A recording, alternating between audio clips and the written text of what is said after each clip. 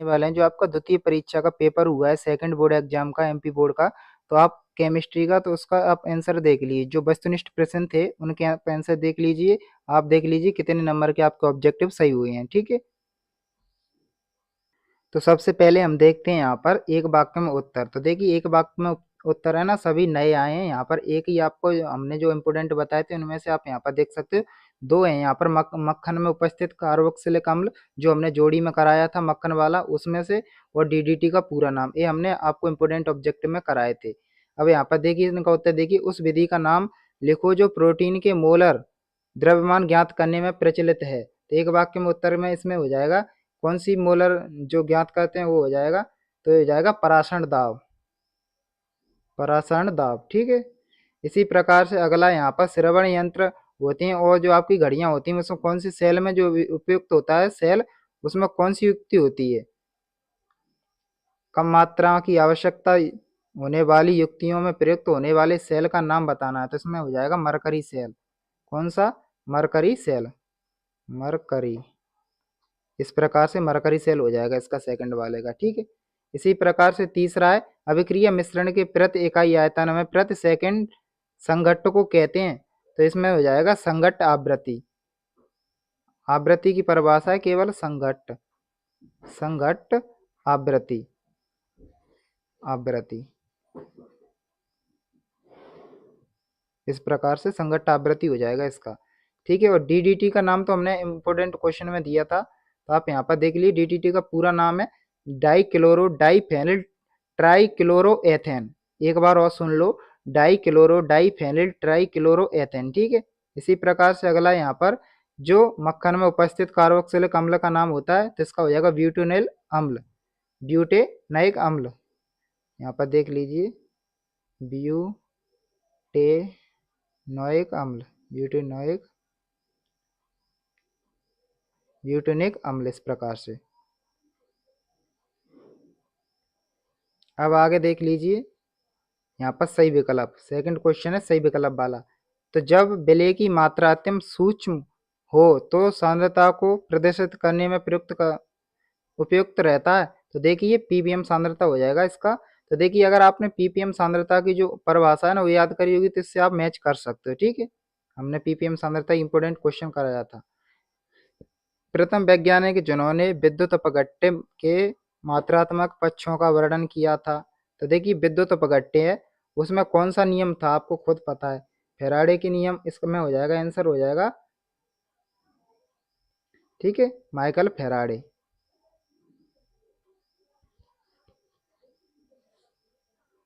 अगला देखिए यहाँ पर जो आपका जब प्राथमिक अभिक्रिया में कई पदों में संपन्न होकर उत्पाद बनाती है तो ऐसी अभिक्रियाओं को कहते हैं। तो देखिए बार बार अभिक्रिया होगी, बार बार कई यानी अनेक, तो आपकी जटिल अभिक्रिया हो जाएगी, ठीक है। इसका आंसर हो जाएगा जटिल, जटिल अभिक्रिया। वैसे भी समझ सकते थे, नया क्वेश्चन है ऑब्जेक्टिव। यहाँ पर देखिए मैंगनेट तथा परमैंगनेट आयन की संरचना होती है, तो जो हो जाएगी आपकी यहाँ पर चतुष्फलकीय, बी ऑप्शन। ये भी नया। यहाँ पर देखिए उभयदंती संलग्नी, संलग्नी को लिगंड बोलते हैं, युक्त उपसहसंयोजक यौगिक में निम्न समावयवता पाई जाती है, तो बंधनी समावयवता। यहाँ पर सभी प्रोटीन के बहुलक हैं अल्फा एमिनो के, ये हमने कराया था। प्रोटीन अल्फा एमिनो के बहुलक होते हैं, जो इंपोर्टेंट ऑब्जेक्टिव में कराया था।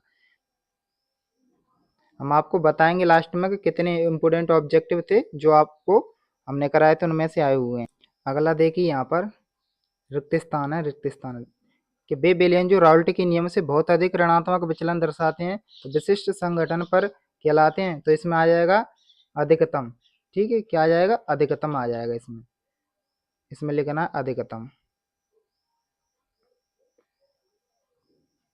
अधिकतम। इस प्रकार से अगर यहाँ पर अधिकतम करके आए हो तो यहाँ से मिल जाएगा। जब सांद्रता शून्य की ओर पहुंचने लगती है तब मोलर चालकता कहलाती है, तो सीमांत, सीमांत आ जाएगा इसमें। अगला यहाँ पर तत्व परवर्ती ऑक्सीकरण अवस्था नहीं दर्शाते हैं। तो देख सकते हो हमने एक क्वेश्चन कराया था कि जेड एन केवल, केवल माने केवल एक ही, केवल +2 ऑक्सीकरण अवस्था दर्शाता है, ये हमने कराया था, आपको पता है। तो केवल एक ही तो है जो जेड एन, तो इसमें अगर आपने जेड एन करके आए होंगे क्योंकि वही नहीं बदलता है, यहाँ पर अवस्था परिवर्तनीय माने होता है बदलने वाली। केवल ये तो केवल दो ही बनाता है नहीं। तो यहाँ पर देख सकते हो, अगर वहां से अगर आपने मैच किया होगा तो इसमें अगर जेड करके आए होंगे या फिर SC, ठीक है, अगर इनमें से कोई सी भी करके आए होंगे तो आपको यहाँ से नंबर मिल जाएगा। जेड होता है जिंक, और SC होता है जो आप, SC होता है ना स्कैंडियम। अगला यहाँ पर को लेड की विषाक्तता के उपचार में प्रयुक्त करते हैं, तो इसमें आ जाएगा EDTA, EDTA, EDTA। देखिए EDTA के अगर आपने उपयोग पढ़े होंगे तो यहाँ से ये ऑब्जेक्ट बना है EDTA वाला। तो देखिए एनिलीन अमोनिया से दुर्बल, इसमें आएगा दुर्बल, ये हमने बताया था इंपोर्टेंट में, दुर्बल क्षारक है। अगला देखिए यहाँ पर नया क्वेश्चन है, ग्लूकोज की 6 सदस्यीय बलीय संरचना को कहते हैं, तो इसमें आ जाएगा पायरानोज। क्या आ जाएगा? पायरानोज, पायरानोज, इस प्रकार से। तो देखिए ऑब्जेक्टिव तो आपको पहले भी पता था, जो मैंने एग्जाम में भी आए थे, नए नए ऑब्जेक्टिव पूछता है, लेकिन फिर भी इसमें से आए हुए हैं रिपीट, जो हमने इंपोर्टेंट बताया उनमें से भी आए हैं। यहाँ पर देखिए क्वेश्चन नंबर 4 है, सत्य सत्य में बैटरियां बैटरियां और ईंधन सेल विद्युत ऊर्जा को रासायनिक ऊर्जा में परिवर्तित करते हैं। नहीं, ये उल्टा बोला है इसने, रासायनिक ऊर्जा को विद्युत ऊर्जा में परिवर्तित करते हैं।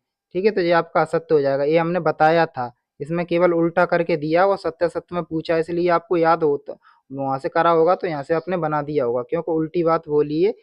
सेल होते हैं तो आपको पता है, जो रासायनिक ऊर्जा होती है ना उसे विद्युत ऊर्जा में बदलते हैं।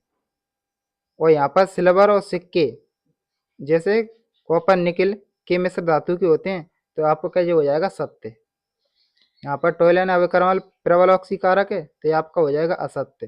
फिनॉल का उत्पादन कार्बो हाइड्रो हाइड्रोकार्बन क्यूमेन से होता है, ये हमने क्वेश्चन भी बताया था, क्यूमेन से फिनॉल कैसे बनाते हैं इंपोर्टेंट में, तो ये आपको हो जाएगा सत्य। चौथा हो जाएगा आपका सत्य। पांचवा देखिए, उच्चतर एमीन जल में आवश्यक रूप से अविलेय होते हैं, तो ये हमने कराया था, तो ये आपका हो जाएगा पांचवा भी सत्य। ये क्वेश्चन आप देख लेना, ये हमने भी बताया था। और जीवाणु और पौधों की कोशिका भित्ति सेलुलोज की बनी होगी, तो ये आपका असत्य होगा, क्योंकि हमने आपसे पहले भी क्वेश्चन बताया था इंपोर्टेंट ऑब्जेक्टिव में, आप देख लेना। पौधों की कोशिका भित्ति सेलुलोज की बनी होती है, इतना हमने बताया था। अगर इतना आता तो सत्य हो जाता, लेकिन इसने जीवाणु भी जोड़ दिया, तो जीवाणु की कोशिका होती है ना, सेलुलोज की नहीं होती है, पौधों की तो होती है, इसलिए असत्य है। अब अगला देखिए यहाँ पर सही जोड़ी, सही जोड़ी में देखिए प्रथम कोटि की अभिक्रिया की इकाई होती है, हमने इंपोर्टेंट में बताई थी सेकंड इनवर्स।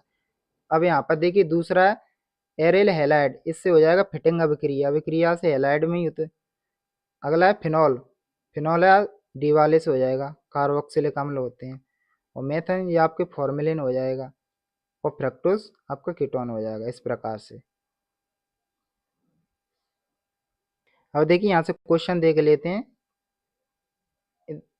क्वेश्चन नंबर 6, यहाँ पर अभिक्रिया जल ब्रोमीन से जल की अभिक्रिया करेगा कौन? एनिलीन, उसका समीकरण देना है। ये ऑर्गेनिक केमिस्ट्री क्वेश्चन है, अभिक्रिया ये भी है। यहाँ पर धात्विक चालकत्व और विद्युत अपघटनीय चालकत्व में दो अंतर, यहाँ पर ये भी नया क्वेश्चन है। और यहाँ पर वैद्युत रासायनिक सेल विद्युत अपघटनीय सेल में कोई दो अंतर, ये आपका यहाँ पर देख लीजिए। संक्रमण तत्व कर्ण एंथैल्पी उच्च होते हैं क्यों? ये भी नया क्वेश्चन है। अगला यहाँ पर देखिए, देखिए संक्रमण धातु का सामान्य इलेक्ट्रॉन विन्यास एक विशेषता, ये क्वेश्चन आया है, ये हमने बताया इंपोर्टेंट में। और यहाँ पर आंतर संक्रमण तत्वों के दो अभिलक्षण यानी विशेषता ही लिखनी है। मोहल्लावड़ का रासायनिक सूत्र हमने बताया था, द्विक लवड़ का उदाहरण मोहल्लावड़ होता है, तो इसका रासायनिक सूत्र पूछ लिया है। और कोई दो, यहाँ पर क्या है, कोई दो अभिलक्षण बताना विशेषता। और यहाँ पर देखिए संकुल योग की परिभाषा, वो कोई दो अभिलक्षण, इसकी विशेषता भी बतानी है, तो ये तो इंपोर्टेंट में था क्वेश्चन। उस अभिक्रिया का नाम लिखिए जो कार्बोक्सिलिक समूह में पहचानों के लिए उपयुक्त की जाती है। गाटरमान अभिक्रिया है, और आपकी थैलेमाइड है। और 13 देखिए यहाँ पर रेशेदार गोलकाकार प्रोटीन को एक मुद्दे में विभेद कीजिए, इसमें अंतर है रेशेदार और गोलकाकार प्रोटीन में। अपचयी सरकार आपको उदाहरण देगा, समझाइए। पेप्टाइड बंद आ गया यहाँ से,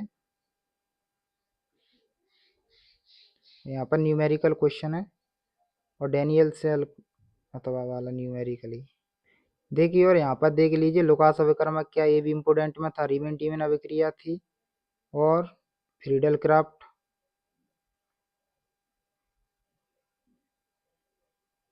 और यहाँ पर देखिए हेनरी का नियम, आदर्श विलयन। यहाँ पर देखिए दो क्वेश्चन ये हो गए। और राउल्ट का नियम, अनादर्श विलयन। और यहाँ पर न्यूमेरिकल क्वेश्चन है, तो ये तो आपको याद होंगे। और यहाँ पर देख लीजिए शून्य कोटि की अभिक्रिया, आर्यनीय समीकरण। और ये हमने ऑब्जेक्टिव उसी प्रकार से करना था, कोटि बतानी थी, 1/2 दिया और 2 दिए जोड़ के इस प्रकार से। और अर्धयुकाल और छदम प्रथम कोटि की अभिक्रिया, दोनों क्वेश्चन यहाँ से। और ये आपकी ऑर्गेनिक केमिस्ट्री की संरचना है। तो देखिए ये पेपर देख सकते हो, आपका बिल्कुल पेपर है जो आपका मेन एग्जाम हुआ था उसी लेवल का है। तो आपके जो हमने इम्पोर्टेंट ऑब्जेक्टिव कराए थे उसमें से भी आपको 10 से 12 ऑब्जेक्टिव मान सकते हो केवल। और इम्पोर्टेंट क्वेश्चन में भी से भी काफ़ी बाहर गए हैं। लेकिन इतना है कि जो पास लायक है ना, आप पास लायक तो इम्पोर्टेंट से फंस फंस गया है। तो पास आप हो जाओगे अगर आपने इम्पोर्टेंट भी पढ़ा होगा तो।